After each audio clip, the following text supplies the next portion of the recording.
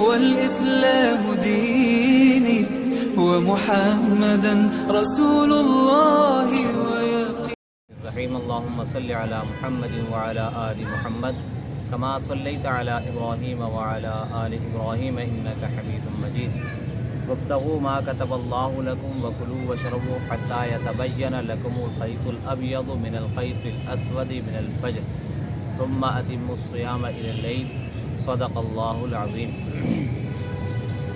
محترم اور عزیز ساتھیوں، یہ جو آیت میں نے تلاوت کی ہے سورہ بقرہ کی آیت ہے، پارہ نمبر 2 ہے۔ اس کا لفظی ترجمہ تو یہ ہے،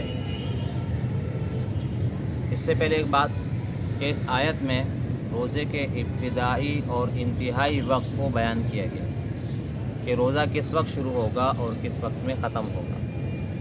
اب اس آیت کا لفظی ترجمہ حتیٰ وکلوا واشربوا، اور کھاؤ پیو، حتیٰ یتبین لکم الخیط الابیض من الخیط الاسود من الفجر، اور کب تک کھانا ہے؟ یہاں تک کہ کالا دھاگا سفید دھاگے سے الگ ہو جائے فجر کے وقت۔ اب یہاں پر کالے دھاگے کو اور سفید دھاگے کو بیان کیا، یہ تو لفظی ترجمہ ہے، اور مراد اور مفہوم اس کی یہ ہے کہ کالے دھاگے سے رات کی سیاہی مراد ہے اور سفید دھاگے سے صبح صادق کی روشنی مراد ہے۔ رات کی سیاہی جب ختم ہو جائے گی، یعنی جب رات ختم ہو جائے گی اور صبح صادق شروع ہو جائے گی، تو سحری کا وقت ختم ہو جائے گا اور روزے کا وقت شروع ہو جائے گا، یعنی روزہ شروع ہو جائے گا۔ اب جب یہ روزہ شروع ہو جائے گا تو یہ کب تک رہے گا؟ ثم اتموا الصیام الی اللیل، پھر رات کے شروع ہونے تک اس کو روزے کو پورا کرو۔ اور رات کب شروع ہوتی ہے دوستو؟ جب سورج غروب ہو جاتا ہے، غروب آفتاب سے رات شروع ہو جاتی ہے۔ تو روزے کا جو وقت ہے انتہائی وقت وہ غروب آفتاب ہے۔ ابتدائی وقت صبح صادق ہے اور انتہائی وقت غروب آفتاب ہے۔ اب ہمارے لیے میرے دوستو عزیزو اس بات کو پہچاننا مشکل ہے کہ صبح صادق کس وقت داخل ہوتی ہے۔ اپنی آنکھوں سے اس کا اندازہ کرنا آسمان کی طرف دیکھ کر، بادل کی طرف دیکھ کر بظاہر ہمارے لیے مشکل ہے، کیونکہ ہمارے اندر وہ سوجھ بوجھ نہیں ہے اور وہ ایمانی کیفیات نہیں ہیں کہ ہم اپنی آنکھوں سے دیکھ کر اندازہ لگائیں۔ اس کمی کو محسوس کرتے ہوئے اور اس سستی کو دیکھتے ہوئے علماء کرام نے ایک پورے سال کا نقشہ قائم کر دیا اور اس میں پورا وقت بیان کر دیا پورے سال کا، کہ فجر کس وقت داخل ہو رہی ہے، صبح صادق کتنے بجے ہو رہی ہے، کتنے منٹ پر ہو رہی ہے، ظہر کا زوال کا وقت کس وقت ہو رہا ہے، ظہر کا وقت کس وقت ہو رہا ہے، عصر کا، مغرب کا، عشاء کا۔ تو پورے سال کا جو حساب کتاب ہے وہ انہوں نے ایک نقشے میں مرتب فرما دیا، اور اب ہمیں بھی اسی کے مطابق چلنا ہے، اسی کے حساب سے ہمیں صبح صادق کو سمجھنا ہے۔ اگر دوستو عزیزو اس میں لکھا ہوا ہے کہ اتنے بج کر اتنے منٹ پر صبح صادق شروع ہوگی، فجر کا وقت داخل ہو جائے گا، تو سحری کا وقت ختم ہو جائے گا اور ہمیں اس وقت کا اہتمام کرنا ہے۔ اس سے پہلے ہم اپنی سحری کو مکمل کر لیں، اپنے روزے کی تیاری کر لیں۔ اس کے بعد اگر ہم نے کچھ کھایا پیا صبح صادق کا وقت داخل ہونے کے بعد، مثال کے طور پر نقشے میں یہ لکھا ہے کہ صبح صادق کا وقت 4:58 پر صبح صادق کا وقت 4:58 پر داخل ہو رہا ہے، اور ہم نے 58 منٹ کے بعد جو نارمل اسٹینڈرڈ ٹائم ہے اس کے بعد اگر ہم نے کچھ کھایا پیا تو ہمارا روزہ نہیں ہوگا، ہمارا روزہ ٹوٹ جائے گا دوسرا۔ اور ہمیں اسی کے حساب سے چلنا ہے، کیونکہ ہمارے پاس تو کوئی پیمانہ نہیں ہے۔ تو جن کے پاس پیمانہ تھا، جن کے پاس سوجھ بوجھ تھی اور جن کے پاس بصیرت تھی، انہوں نے ہی یہ نقشہ پورے سال کا قائم کیا ہے، اور انہوں نے ہی یہ نقشہ جو پورے سال کا یہ مرتب کیا ہے۔ تو ہمیں اسی کے حساب سے چلنا ہے، یعنی ہمیں منٹوں کے حساب سے، گھڑیوں کے حساب سے چلنا ہے، اس کا اندازہ لگانا ہے۔ تو گھڑی میں ٹائم دیکھ کر ہم نے روزے کو بند کرنا ہے، اور گھڑی میں ٹائم دیکھ کر ہم نے روزے کو کھولنا ہے۔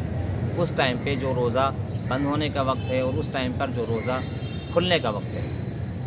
اب اگر میرے دوستوں عزیزو ہم نے اس سے یعنی جو بند ہونے کا وقت ہے اس کے بعد اگر آدھا منٹ بعد بھی اگر ہم نے کچھ کھایا پیا تو ہمارا روزہ نہیں ہوگا میرے دوستوں عزیزو۔ اس لیے ہمیں اس میں بہت زیادہ احتیاط کرنی ہے کہ جس وقت جو ٹائم اور جو منٹ دیا گیا ہے اس سے پہلے ہم اپنی سحری کو مکمل کر لیں اور روزے کی تیاری کر لیں۔ بہت سارے لوگ دوستوں عزیزو جس وقت سحرن بجتا ہے اور اعلان ہوتا ہے، یہ اذان شروع ہوتی ہے، تو اس وقت میں وہ پانی پینے کے لیے دوڑتے ہیں اور وہ یہ سمجھتے ہیں کہ ابھی ایک آدھ منٹ باقی ہے۔ اس سے پہلے یہ ہے کہ اذان اگر وقت پر ہو رہی ہے پھر تو اذان معیار ہے، اعلان اگر وقت پر ہو رہا ہے تو اعلان معیار ہے، الارم اگر وقت پر بج رہا ہے تو الارم معیار ہے، یعنی روزے کا وقت ختم ہو گیا۔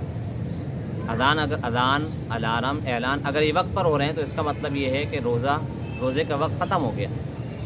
اس کے بعد اگر ہم نے کچھ کھایا پیا تو ہمارا روزہ نہیں ہوگا۔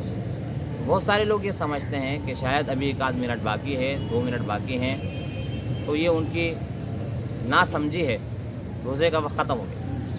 اور روزے کا جو تعلق ہے، روزے کے وقت کا تعلق وہ وقت سے ہے، اذان اور اعلان سے نہیں۔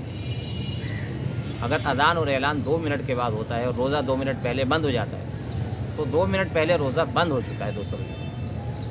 اس 2 منٹ کے بعد یعنی مثال کے طور پر 4:58 پر روزہ ہے، صبح صادق کا وقت داخل ہو رہا ہے اور 4 بجے اذان ہو رہی ہے، اور کوئی شخص یہ سمجھ کر کہ اذان 4 بجے ہوئی ہے تو اس وقت تک روزے کا وقت ہے، جبکہ روزے کا وقت 2 منٹ پہلے ختم ہو چکا ہے، اور پھر 58 کے بعد کھاتا ہے پیتا ہے تو اس کا روزہ شمار نہیں۔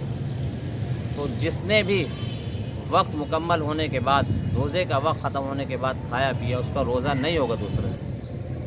وہ اس روزے کو بعد میں دوبارہ رکھے، وہ یہ نہ سمجھے کہ شاید ابھی ایک آدھ منٹ باقی ہے، اپنی عقل سے فیصلہ نہ کرے دوسرے دن۔ اس لیے خیر اسی میں ہے کہ جو وقت بتا دیا گیا، جو ٹائم دے دیا گیا، جس کے مطابق فیصلہ کیا گیا، اس کے مطابق ہمیں چلنا ہے۔